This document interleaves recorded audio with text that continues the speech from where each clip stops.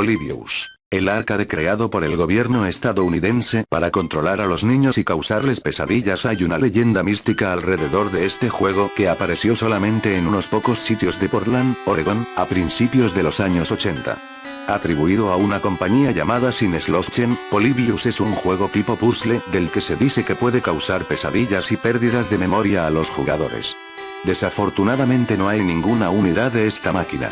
Se dice que existe alguna ROM con el juego, pero todavía no ha sido localizada.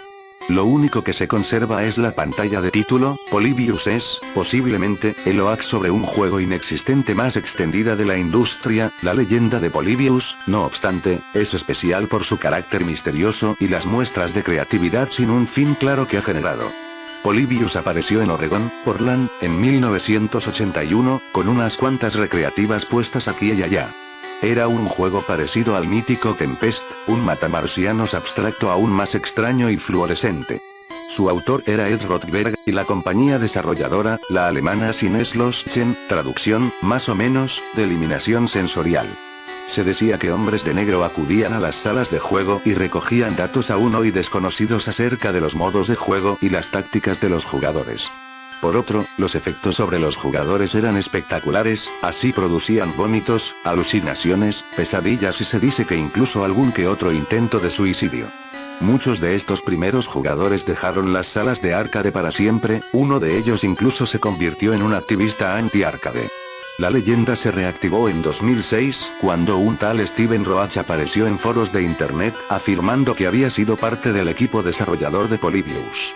Afirmando que no existía una componente conspiracionista, pero multiplicando su potencia, afirmó que simplemente era un juego con el que se había experimentado en el campo de los gráficos vectoriales, y por accidente, a algunos jugadores les producía epilepsia, tal y como le pasó a algunos, y esto sí que está comprobado, con Tempest.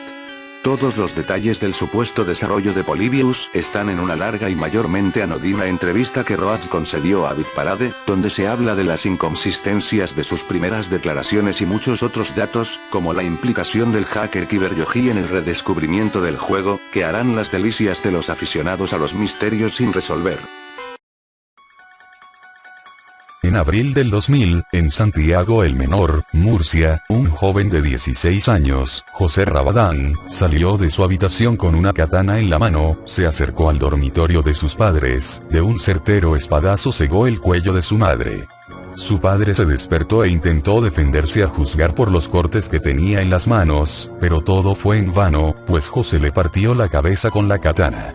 Su hermana pequeña con síndrome de Down tampoco escapó de la masacre, y el frío acero de la espada acabó con su corta vida. Una vez decidido el momento y la forma de matar a su familia, José se comportó de un modo normal, saliendo con sus amigos durante la tarde y conectándose desde las 18:30 horas a internet, como solía hacer habitualmente a esas horas, chateando con una amiga llamada Sonia y con otros usuarios.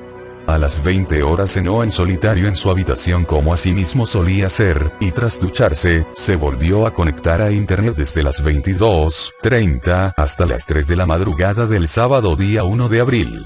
Hasta entonces José Rabadán había sido un chico normal, aficionado a los videojuegos y a las artes marciales. La katana con la que cometió los asesinatos era un regalo de su padre. El caso no habría trascendido más que otros crímenes, si no hubiese sido por el sensacionalismo de la prensa y televisión de la época, que aseguraba que José Rabadán había cometido los asesinatos influido por el personaje de un famoso videojuego, el Final Fantasy VIII, del que era muy aficionado. El personaje, llamado Squall, también utilizaba una espada revólver llamada Gunblade y del que incluso José se vestía y peinaba físicamente como el personaje.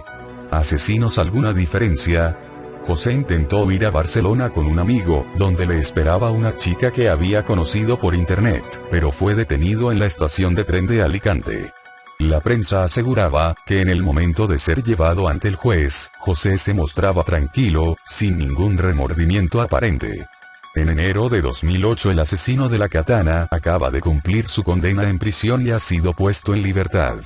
Los rumores dicen que compró una PS3 y compró Devil May Cry 4. Todo el mundo conoce el famoso juego Pac-Man. Lo que no todo el mundo conoce es la leyenda de la historia que originó el famoso juego de Namco.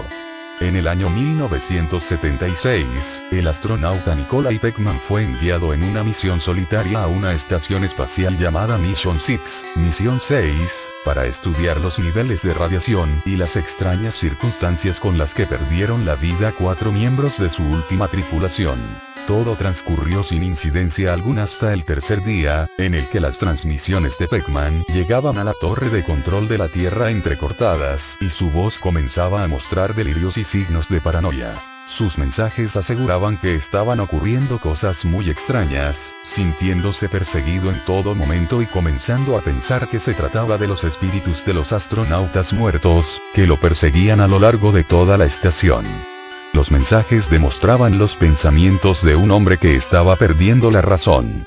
En la Tierra, observaban las grabaciones de algunas cámaras de la estación, donde se veía a Peckman corriendo a lo largo de los pasillos, mirando continuamente hacia atrás como si alguien le buscara, deteniéndose y apoyándose nervioso en las paredes para tomar analgésicos y conseguir calmar su inquietud y disipar la imagen de esos fantasmas invisibles que le atormentaban. Las comunicaciones eran cada vez peores. Solo se conseguía recibir transmisiones y mensajes entrecortados en la torre de control. Cerca del quinto día, comenzaban a fallar las comunicaciones con las cámaras. La actividad del astronauta se había incrementado de tal manera, que se detectó que había consumido todas las provisiones, botiquines y frutas administradas para el viaje antes de lo previsto, colocándolo en una situación delicada, ya que era imposible enviar otra tripulación de rescate antes de que muriera por inanición. Después de un largo periodo de interrupción de la transmisión, que eran ya muy frecuentes, la torre de control recibe una transmisión entrecortada en la que se oye algún ruido y a Peckman gritar. Desde la torre de control se intentan restablecer las comunicaciones, sin suerte. Cuando finalmente lo consiguen, reina un silencio absoluto. No hay rastro de Peckman. Tras varias investigaciones solo consiguen encontrar en una de las cabinas de la estación, su traje espacial completamente vacío, tirado en el piso. Se rumorea que se descartó la posibilidad de enviar otra tripulación de reconocimiento, archivando el caso para olvidarlo completamente, aunque, según dicen, todo es solo una leyenda.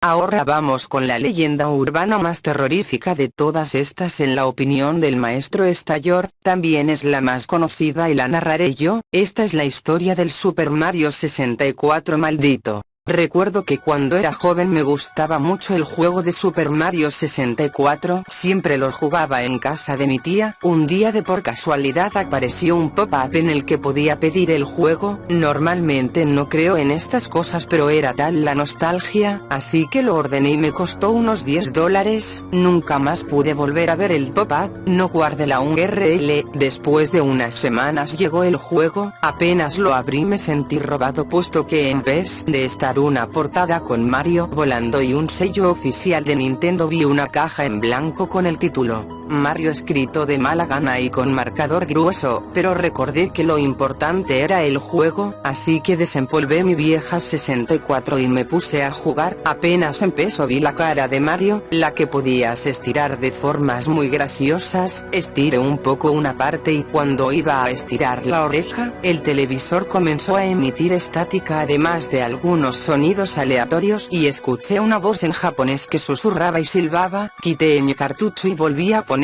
No me molesté con el rostro de Mario otra vez, así que solo empecé una nueva partida. Cuando empezó se había saltado el monólogo en el que Peach invitaba a Mario a su castillo. De inmediato Mario estaba en el castillo, que se veía muy tenebroso. No se escuchaba a Bowser ni había ningún Toad con quien hablar, solo había silencio muerto. Ya la única puerta que podía acceder era la del campo de batalla de los Bobombs. Ninguna otra puerta respondía a los comandos del control.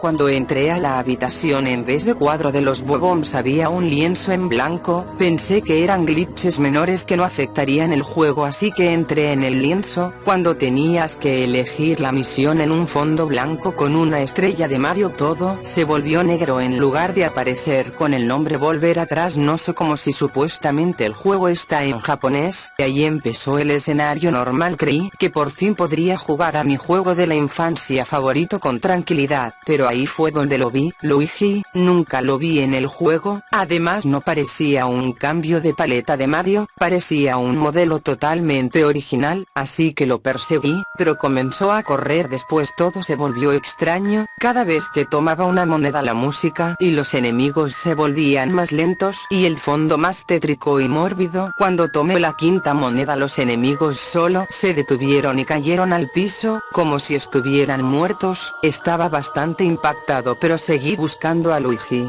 Cuando subí a la montaña, no había balas de cañón bajando e intentando golpearme, y a ese punto ya no podía ver a Luigi. Seguí subiendo hasta que llegué a la cima. No vi a Luigi en ningún lado ni tampoco al Rainbow Bomb, solo una pequeña cabaña. No había ningún objetivo, así que entré en la cabaña.